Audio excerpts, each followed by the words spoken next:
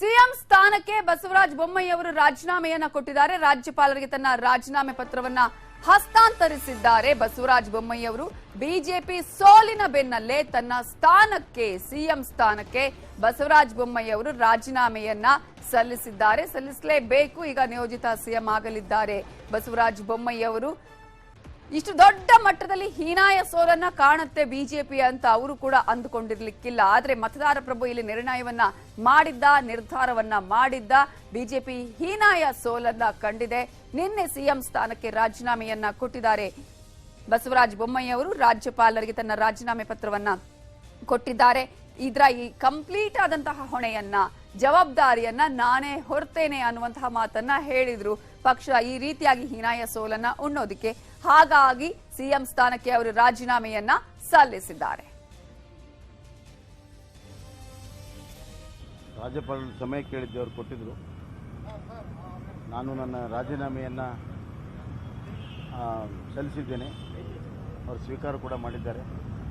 ಕರ್ನಾಟಕ ರಾಜ್ಯದ ಜನತೆಯ ತೀರ್ಪನ್ನು ನಾವು ಗೌರವಪೂರ್ವಕವಾಗಿ ಒಪ್ಪಿಕೊಳ್ಳುತ್ತಾ ಈ ಚುನಾವಣೆಯ ಜನರು ಏನು ತೀರ್ಪು ಕೊಟ್ಟಿದ್ದಾರೆ, ನಮಗೆ ನಮ್ಮ ಪಕ್ಷಕ್ಕೇನು ಹಿನ್ನಡೆ ಆಗಿದೆ, ಸೋಲಾಗಿದೆ, ಅದರ ಜವಾಬ್ದಾರಿಯನ್ನು ನಾನೇ ಹೊರ್ತೇನೆ. I take the responsibility of the defeat. ರಾಜ್ಯಪಾಲರು ಸಮಯ ಕೇಳಿದ್ದವರು ಕೊಟ್ಟಿದ್ದಾರೆ. ಏನೋ ಬಿಜೆಪಿ ಇಷ್ಟರ ಮಟ್ಟಿಗೆ ಹೀನಾಯ ಸೋಲೋದಕ್ಕೆ, ಆಡಳಿತಾರೂಢ ಇದ್ದಂತಹ ಬಿಜೆಪಿ ಮುಖಭಂಗವನ್ನ ಅನುಭವಿಸೋದಕ್ಕೆ ಕಾರಣಗಳು ಏನು ಅಂತ ವಿಶ್ಲೇಷಣೆ ಮಾಡ್ತಾ ಹೋಗೋದಾದ್ರೆ ನೂರಾರು ಕಾರಣಗಳು ಸಿಗತ್ತೆ ಇಲ್ಲಿ. ಒಂದು ಅತಿಯಾದಂತಹ ಆತ್ಮವಿಶ್ವಾಸವನ್ನ ನಾವು ಗಮನಿಸಬಹುದು. ಯಾವಾಗ ಚುನಾವಣೆ ಅನೌನ್ಸ್ ಆಗೋದಕ್ಕಿಂತ ಮುಂಚೆನೆ ಬಿಜೆಪಿ ಹೇಳ್ತಾ ಇತ್ತು, ಮುಂದಿನ ಒಂದು ಪಕ್ಷ ಯಾರು ಅಧಿಕಾರಕ್ಕೆ ಬರ್ತಾರೆ ಅಂತ ಹೇಳಿದ್ರೆ ನಾವು ಅನ್ನುವಂತಹ ಒಂದು ಅತಿಯಾದ ಆತ್ಮವಿಶ್ವಾಸ ಬಿಜೆಪಿಯಲ್ಲಿತ್ತು. ಹೈಕಮಾಂಡ್ ಮೇಲೆ ಹೆಚ್ಚಿನ ಅವಲಂಬನೆಯನ್ನ ಕೂಡ ಮಾಡಿಕೊಂಡಿತ್ತು ಬಿಜೆಪಿ. ಇಲ್ಲೇ ಯಾವುದೇ ರೀತಿಯಾದಂತಹ ಸಾಮೂಹಿಕ ನಾಯಕತ್ವ ಆಗಿರ್ಬೋದು, ಮಾಸ್ ಲೀಡರ್ನ ಕೊರತೆ ಕಾಣಿಸ್ತಾ ಇತ್ತು. ಹೈಕಮಾಂಡ್ ಅನ್ನು ನೆಚ್ಚಿಕೊಂಡಿದ್ದು, ಹೈಕಮಾಂಡ್ ನ ನಾಯಕರುಗಳನ್ನ ಕರೆಸಿ ಇಲ್ಲಿ ಪ್ರಚಾರ ಮಾಡಿದ್ದು, ಅದನ್ನು ಕೂಡ ನಾವಿಲ್ಲಿ ಗಮನಿಸಬಹುದು. ಸಾಲು ಸಾಲು ರ್ಯಾಲಿಗಳನ್ನ ಮಾಡಿದ್ದು ಗಮನಿಸಬಹುದು. ಕೈ ಹಿಡಿಲಿಲ್ಲ ಇಲ್ಲಿ ವರಿಷ್ಠರ ತಂತ್ರ. ಬೇರೆ ರಾಜ್ಯಗಳಲ್ಲಿ ಆಗುವ ಹಾಗೆ ಕರ್ನಾಟಕದಲ್ಲಿ ಆಗುತ್ತೆ ಅಂತ ಹೇಳಿ ಎಲ್ಲಾ ಲೆಕ್ಕಾಚಾರಗಳನ್ನ ಹಾಕಿಕೊಂಡಿದ್ರು. ಆ ಲೆಕ್ಕಾಚಾರಗಳಲ್ಲಿ ಹೊಸ ಮುಖಗಳಿಗೆ ಮಣೆ ಹಾಕಿದ್ದು, ಆಲ್ಮೋಸ್ಟ್ 72 ಹೊಸ ಮುಖಗಳಿಗೆ ಮಣೆ ಹಾಕಿದ್ದು ಸೇರಿದಂತೆ ಘಟಾನುಘಟಿ ನಾಯಕರು, ಪ್ರಮುಖ ನಾಯಕರ ಅಭ್ಯರ್ಥಿಗಳನ್ನ ಅವರನ್ನ ಹೊರಗಿಟ್ಟಿದ್ದು, ಇವೆಲ್ಲವೂ ಕೂಡ ಒಂದಷ್ಟು ಕಾರಣಗಳು. ಟಿಕೆಟ್ ಹಂಚಿಕೆಯಲ್ಲಿ ಆದಂತಹ ಗೊಂದಲ ಇದೆಯಲ್ಲ, ಇದು ದೊಡ್ಡ ಡ್ರಾಬ್ಯಾಕ್ ಬಿಜೆಪಿಗೆ. ಟಿಕೆಟ್ ಹಂಚಿಕೆಯಲ್ಲಿ ಸಾಕಷ್ಟು ಗೊಂದಲ ಆಯಿತು. ಅದನ್ನ ಸರಿ ಮಾಡೋದಕ್ಕೂ ಕೂಡ ಹೋಗದಂತಹ ಪರಿಸ್ಥಿತಿ ನಿರ್ಮಾಣ ಆಯಿತು. ಆಗ್ಲೇ ಅನೇಕರು ಹೇಳ್ತಾ ಇದ್ರು ಬಿಜೆಪಿ ಈ ರೀತಿಯಂತ ನಿರ್ಧಾರವನ್ನ ಮಾಡಬಾರ್ದಾಗಿತ್ತು, ಒಂದಷ್ಟು ಬೇರೆ ರೀತಿಯ ಪ್ರಯತ್ನಗಳನ್ನ ಮಾಡಬೇಕಾಗಿತ್ತು, ಮನವೊಲಿಸುವ ಪ್ರಯತ್ನಗಳು ಆಗ್ಬೇಕಾಗಿತ್ತು ಅಂತ ಹೇಳಿ. ದೊಡ್ಡ ಜಿಲ್ಲೆಗಳಲ್ಲಿ ಭಿನ್ನಮತ ಇದ್ದಿದ್ದು, ಅಲ್ಲಿನ ನಾಯಕತ್ವದಲ್ಲೇ ಭಿನ್ನಮತ ಇದ್ದಿದ್ದು, ಅಲ್ಲಿನ ಕಾರ್ಯಕರ್ತರು ಒಂದು ಕಡೆ ಆದ್ರೆ ನಾಯಕರುಗಳ ಒಂದು ಲೆಕ್ಕಾಚರಣೆ ಬೇರೆಯಾಗಿತ್ತು. ದೊಡ್ಡ ಜಿಲ್ಲೆಗಳಲ್ಲಿ ಆ ಭಿನ್ನಮತವನ್ನು ತಗ್ಗಿಸಲಾಗುವುದು.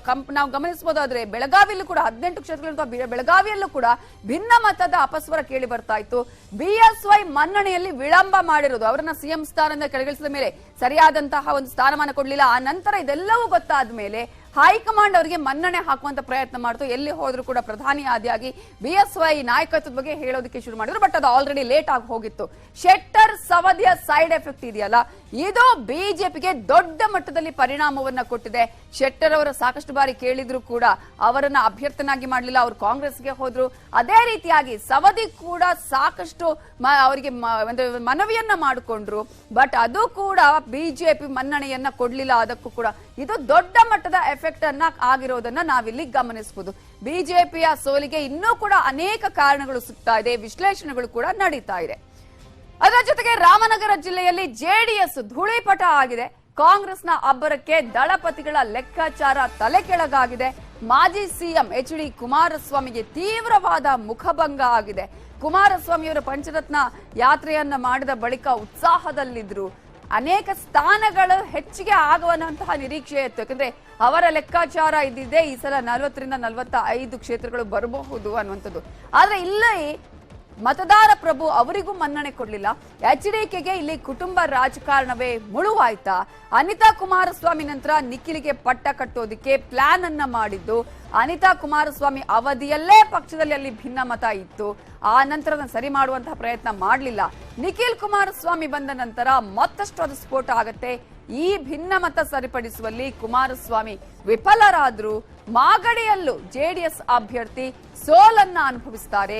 ಸಿಎಂ ಆಗಿದ್ದಾಗ ನಿರೀಕ್ಷಿತ ಮಟ್ಟದಲ್ಲಿ ಅಭಿವೃದ್ಧಿ ಮಾಡದ HDKಯ ಬಗ್ಗೆ ಆರೋಪಗಳು ಇದೆ. ಅಂದ್ರೆ ಸಿಎಂ ಆಗಿದಾಗಲೂ ಕೂಡ ಇಲ್ಲಿಗೆ ಯಾವುದೇ ರೀತಿಯ ಅಭಿವೃದ್ಧಿ ಕಾರ್ಯಗಳು ಮಾಡಲಿಲ್ಲ ಅನ್ನೋದು.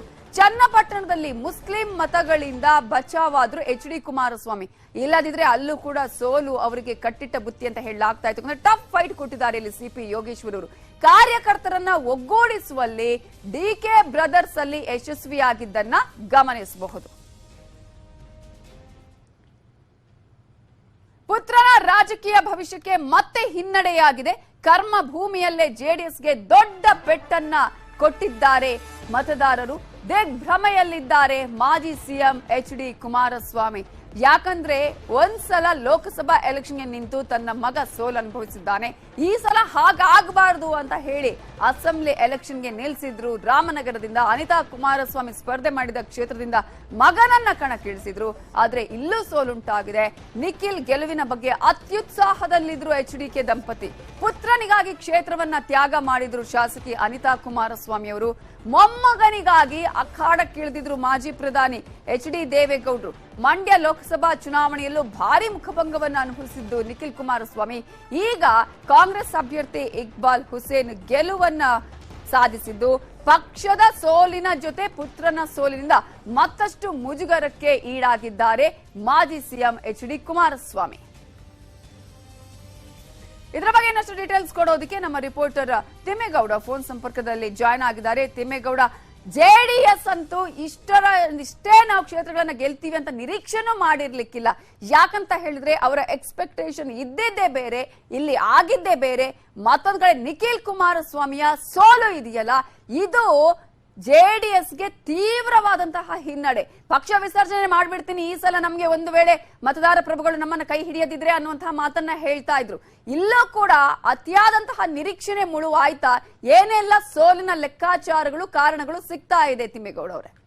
ನವಿತಾ ಜೈನ್, ಇದು ಕೇವಲ ಹಿನ್ನಡೆ ಅಥವಾ ಮುಳುಗು ಅಂತ ಹೇಳಕ್ಕಾಗಲ್ಲ. ಇದೊಂದ್ ರೀತಿ ದೊಡ್ಡ ಮರ್ಮಾಘಾತ ಅಂದ್ರೆ ತಪ್ಪಾಗ್ಲಿಕ್ಕಿಲ್ಲ. ಯಾಕಂತ ಹೇಳಿದ್ರೆ ತಮ್ಮ ಕರ್ಮಭೂಮಿಯಲ್ಲಿ ಸುಲಭದ ಗೆಲುವನ್ನ ಸಾಧಿಸಬೇಕು ಅನ್ನುವಂತ ನಿಟ್ಟಿನಲ್ಲಿಯೇ ತಮ್ಮ ಪುತ್ರ ನಿಖಿಲ್ ಕುಮಾರಸ್ವಾಮಿ ಅವ್ರನ್ನ HDK ದಂಪತಿಗಳು ರಾಮನಗರ ವಿಧಾನಸಭಾ ಕ್ಷೇತ್ರದಿಂದ ಕಣಕ್ಕಿಳಿಸಿದ್ರು. ಯಾಕಂತ ಹೇಳಿದ್ರೆ ರಾಮನಗರ ವಿಧಾನಸಭಾ ಕ್ಷೇತ್ರದಿಂದ ಮಾಜಿ ಪ್ರಧಾನಿ ಹಾಗೂ JDS ವರಿಷ್ಠ HD ದೇವೇಗೌಡರ ಆದಿಯಾಗಿ ಈವರೆಗೂ ಕೂಡ HD ಕುಮಾರಸ್ವಾಮಿ ಅವರು ಕೂಡ ನಿರಂತರವಾಗಿ ಅಲ್ಲಿ ಗೆಲುವನ್ನ ಸಾಧಿಸ್ಕೊಂಡ್ ಬರ್ತಾ ಇದ್ದಾರೆ. ಅಲ್ಲೊಂದ್ ರೀತಿ ಸೋಲಿಲ್ಲದ ಸರದಾರರ ರೀತಿಯಾಗಿ ಆ ಒಂದು ಕುಟುಂಬ ರಾಮನಗರ ವಿಧಾನಸಭಾ ಕ್ಷೇತ್ರವನ್ನ ಹಿಡಿತಕ್ಕೆ ತೆಗೆದುಕೊಂಡಿತ್ತು.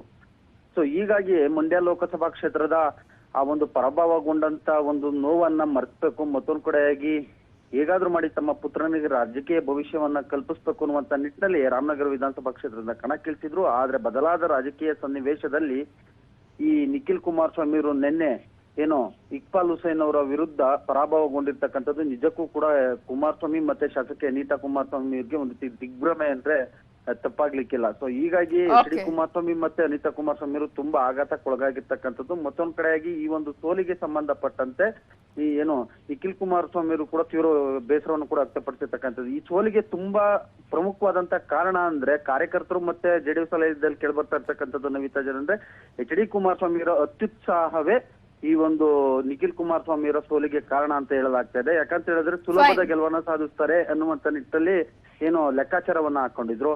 ಇಡೀ ರಾಜ್ಯಾದ್ಯಂತ ಸುತ್ತಿ ರಾಮನಗರ ವಿಧಾನಸಭಾ ಕ್ಷೇತ್ರವನ್ನ ಯಾವುದು ಕೂಡ ಅವರ ಕೈ ಹಿಡಿಲಿಲ್ಲ ಅನ್ನೋದು ಈಗಾಗಲೇ ಅವರು ಪಡೆದುಕೊಂಡಂತಹ ಕ್ಷೇತ್ರಗಳಿಂದ ಗೊತ್ತಾಗಿದೆ. Thank you so much Hebbaka Thimmegowda ಡೀಟೇಲ್ಸ್ಗೆ.